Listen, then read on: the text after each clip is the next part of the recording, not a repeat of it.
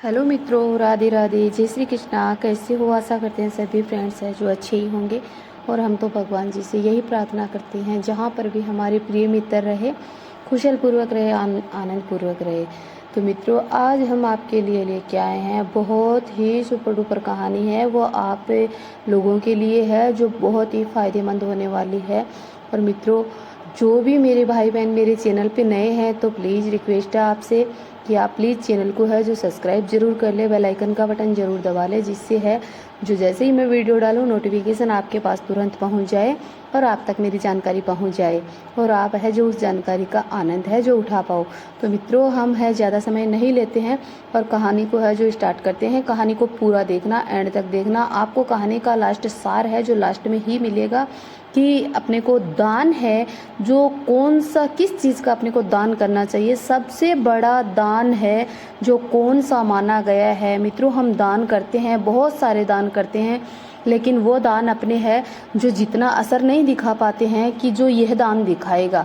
तो सबसे बड़ा अपने जो दान है वो कौन सा दान है, आज इस दान के बारे में है जानते हैं। और दान क्या चीज़ होती है, क्या कहाँ से किसको खींच के ले आता है। तो मेरी बहनों भाइयों, और अपने को है जो यही दान है जो करना चाहिए। कहानी को मेरे प्यारे मित्रों पूरी सुना, बीच में स्पीक वीडियो को बिल्कुल भी मत करना। और कहानी को स्टार्ट करते हैं। भी एक बार की बात है कि भगवान विष्णु जी है और देवी लक्ष्मी माया क्षीर सागर में है जो अपने आसन पर बैठे हुए होते हैं। तभी माता लक्ष्मी जी के मन में है जो एक गहरा सवाल है जो उठ रहा होता है। तभी है भगवान विष्णु जी ने कहा कि हे देवी लक्ष्मी, तुम है किसी गहन सोच में हो, आप निसंकोच होकर है जो अपने प्रश्न का उत्तर है जो मुझसे है पूछिए। हम आपके सवालों का है जो अवश्य उत्तर है जो देंगे। भगवान विष्णु जी की बात सुनकर है जो माता लक्ष्मी जी ने कहा कि हे प्रभु, आज मेरे मन में है जो एक जिज्ञासा उत्पन्न हो रही है और मैं यह जानना चाहती हूँ कि इस संसार में है सबसे बड़ा दान है जो क्या है, और पुण्य की और मतलब पहचान है जो, और बुरे लोगों की पहचान है जो कैसे है जो की जा सकती है। मेरे स्वामी, आप मुझे है जो कृपा करके है जो बताओगे तो मैं तुम्हारा है जो एहसान मानूंगी। मनुष्य उन लोगों को है जो कैसे पहचान पाते हैं। तब भगवान विष्णु जी ने कहा कि हे देवी लक्ष्मी, आज तुमने है जो इस संसार के लिए बहुत ही है जो अच्छा सवाल किया है। मैं इस सवाल का उत्तर तुम्हें है जो बताऊंगा और इस कथा के माध्यम से बताऊंगा। प्राचीन काल में एक की कथा है के माध्यम से है जो सुनाऊंगा। इस कथा को है जो ध्यान पूर्वक सुनना। तभी देवी लक्ष्मी जी ने कहा कि हे प्रभु, मैं इस कहानी को है अवश्य सुनूंगी, ध्यान पूर्वक सुनूंगी, आप सुनाइए। तब भगवान विष्णु जी कहते हैं कि हे देवी, एक राज्य में एक नगर था और उस नगर में है जो एक राजा रहता था और राजा दयालु और साहसी और धर्मार्थी था। राजा की रानी है जो बहुत ही है जो संस्कारी और नेक दिल की थी। वह दोनों पति पत्नी है जो भगवान शिव के भगत थे और शिव की पूजा पाठ है जो करते थे। वह दोनों प्रतिदिन है जो शिव मंदिर में जाते थे और पूजा अर्चना करते थे। राजा अपने राज्य को बहुत ही अच्छे से चला रहा था और राजा की उम्र ढलती जा रही थी, लेकिन उस राजा को है कोई संतान नहीं थी। राजा को है इस बात को लेकर कोई भी चिंता नहीं थी। वह जनता और अपनी प्रजा को लेकर है जो प्रसन्न थे और प्रजा भी है जो उनको है अत्यधिक प्यार देती थी। एक दिन की बात है, वह राजा अपनी पत्नी के साथ शिव मंदिर जा रहे थे। तभी रास्ते में है जो एक स्त्री अपने घर के बाहर है जो झाड़ू लगा रही थी और राजा और रानी को देखकर वह अपना मुंह फेरकर है जो जल्दी से है अपने घर के अंदर है जो चली गई। ऐसी हरकत देखकर राजा और रानी बहुत ही दुखी हुई और बिल्कुल भी है जो अच्छा नहीं उनको लगा। पर राजा अपनी है जो पत्नी के साथ में शिव मंदिर जा रहे थे, इसलिए है जो उस स्त्री को कुछ भी नहीं कहा और मंदिर जाकर है जो पूजा अर्चना की और पूजा के बाद वह दोनों अपने घर है जो लौट आए।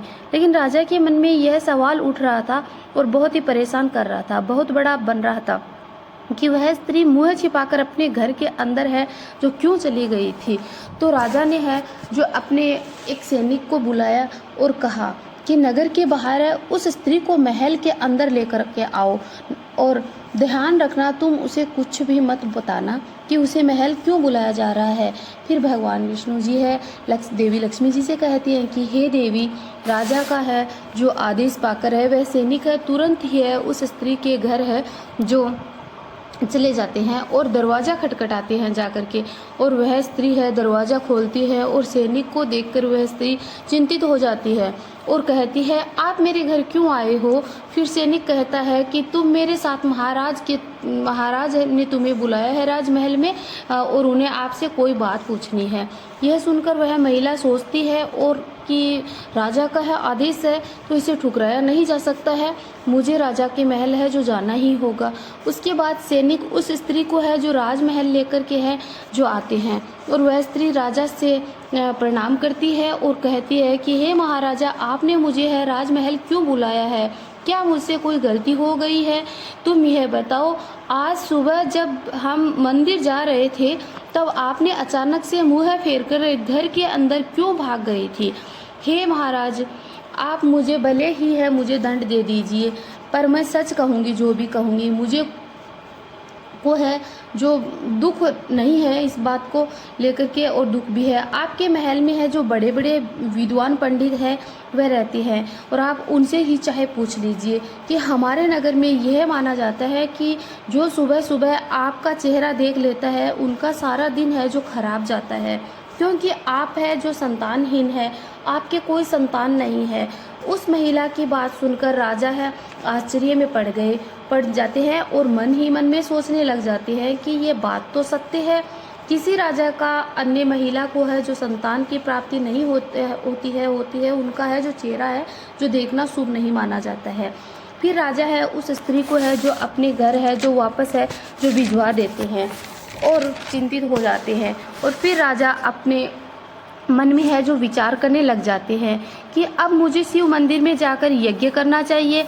ऐसा सोचकर अपने शयन कक्ष में आकर है जो अपनी रानी से है ये सब बताने लग जाते हैं कि रानी, हम हैं संतानहीन है, हमारा सुबह कोई चेहरा भी नहीं देखना शुभ नहीं माना जाता है और अपना कोई भी है जो चेहरा नहीं देखना चाहता है, इसलिए हमें शिव मंदिर में जाकर है पुत्र प्राप्ति के लिए है जो यज्ञ करना होगा। फिर है जो रानी भी इस बात से है जो सहमत हो गई है और राजा रानी शिव मंदिर के अंदर है जो पहुंच जाते हैं और यज्ञ करवाया। फिर भी है जो यज्ञ सफल नहीं हुआ।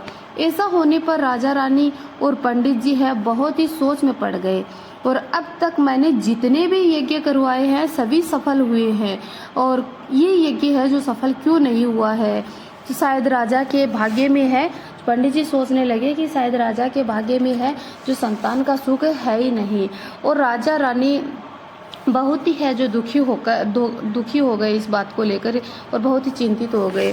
फिर राजा है और रानी एक विशाल जंगल में है जो एक साधु महात्मा रहता था वहाँ पहुँच जाते हैं, और वह साधु बहुत ही है जो जब राजा पहुँचता राजा और रानी है जो इस जंगल में पहुँचते हैं तो साधु महात्मा है जो अपनी कुटिया के बाहर बैठ कर है जो गहरी है जो तपस्या में है लगे हुए होते हैं। तो यह उन्होंने है जो बतलाना है, राजा और रानी ने बतलाना साधु को है जो उचित नहीं समझा कि हम है जो अभी साधु महात्मा है जो अपनी तपस्या में है जो लगे हैं, तो हम विघ्न नहीं डालना उचित नहीं समझा, और बैठ गए और उनके सामने हाथ जोड़कर अपनी जो इच्छा थी उनको लेकर है जो हाथ जोड़कर बैठ गए महात्मा के सामने। कुछ समय बाद है महात्मा ने अपनी आंखें खोली और खोलकर देखा तो राजा और रानी है अपने उनके सामने है जो दोनों हाथ जोड़कर है जो अपनी प्रतिज्ञा लेकर के बैठे थे, और महात्मा के सामने खड़े हो गए और महात्मा राजा को पहचान लेते हैं और पूछते हैं कि हे राजा, आज अचानक से यहाँ पे कैसे आना हुआ? और राजा ने है प्रणाम किया और महात्मा के है जो पैर छुए और कहा, मुझे बहुत ही दुख है, मुझे संतान की प्राप्ति है जो नहीं हो रही है। हे महात्मा, मुझे बताओ संतान की प्राप्ति कैसे होगी? फिर महात्मा ने है अपनी आँखों को है जो बंद किया और अपने दिव्य दृष्टि के साथ है आंखें बंद करके है राजा के है जो पूर्व जन्म के कर्म है जो देखते हैं, और उनमें राजा के कोई है पिछले जन्म के बुरे कर्म की वजह से है राजा है जो पिता नहीं बन रहा था। फिर राजा ने है कहा कि हे महात्मा, आप ऐसा मत कहिए कि और कृपया करके है आप कोई समाधान निकालिए। और राजा को है व्याकुल देखकर महात्मा ने दोनों हाथों से है उठाया और कहा कि आपको इतना दुखी होना है जो शोभा नहीं देता है, आप इतना दुखी मत होइए, चलो कोई बात नहीं है, कोई हल निकालते हैं।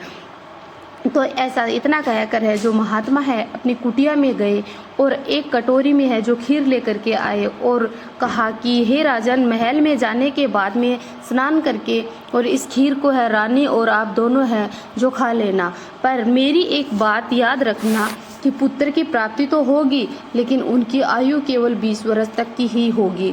फिर राजा सोच में पड़ गया और सोचने लगा कि सोचने लगा कि 20 वर्ष तक ही सही, कम से कम 20 वर्ष तो पुत्र का है जो सुख देखूंगा और ये दानहीनता का है जो कलंक है जो मिट जाएगा।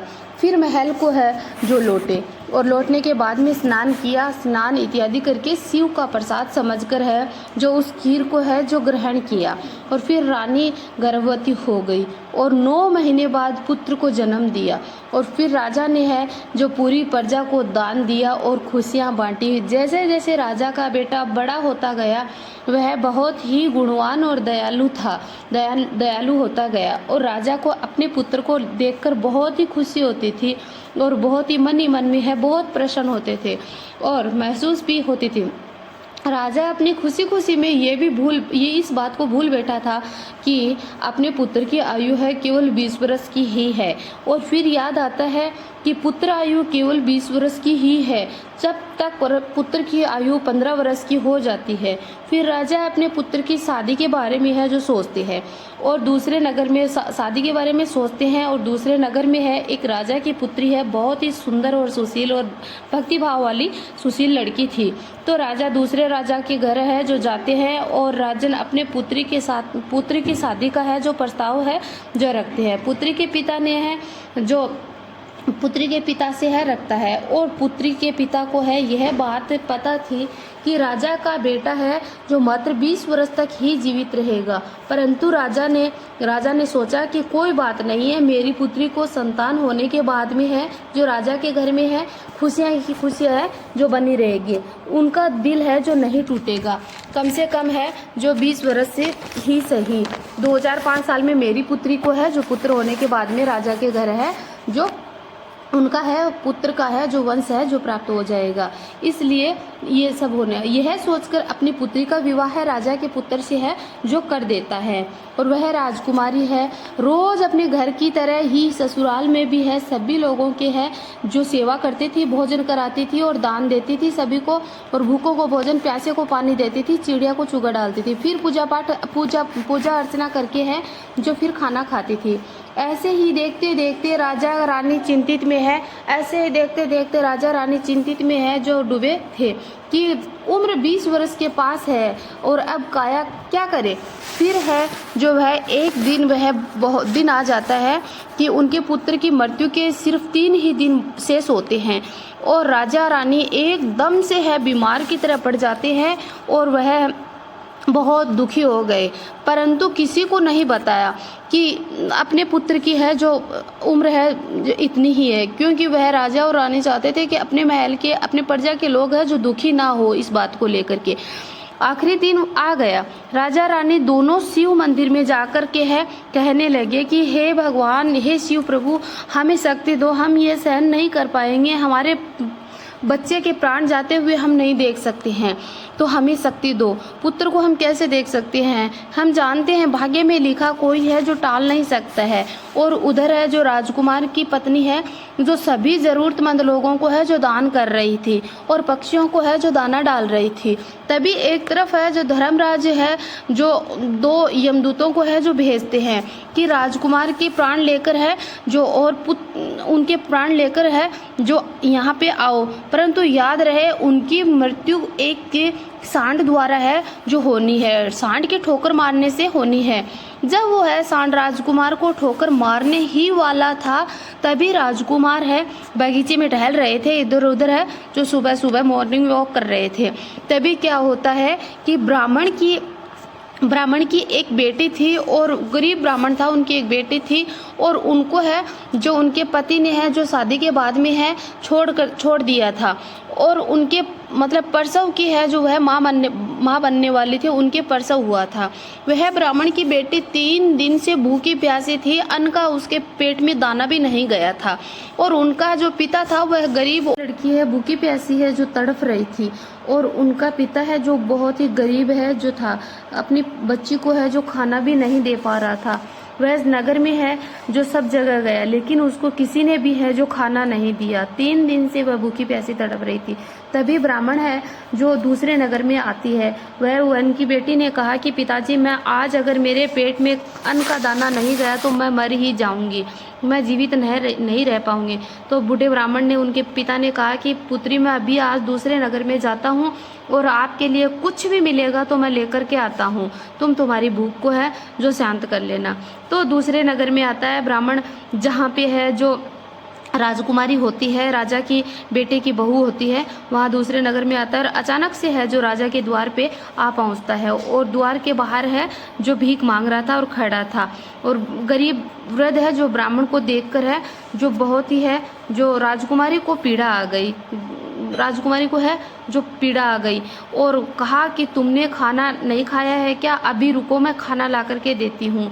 तो ऐसा कहकर वह खाना लेने के लिए है जो अंदर जाती है और अपने जो पति का है जो खाना उसने परोसा था, वही खाने की जो थाली है जो उसको है ब्राह्मण को है जो ला करके है जो दे देती है और कहा कि अपने पेट की भूख को है जो मिटाओ।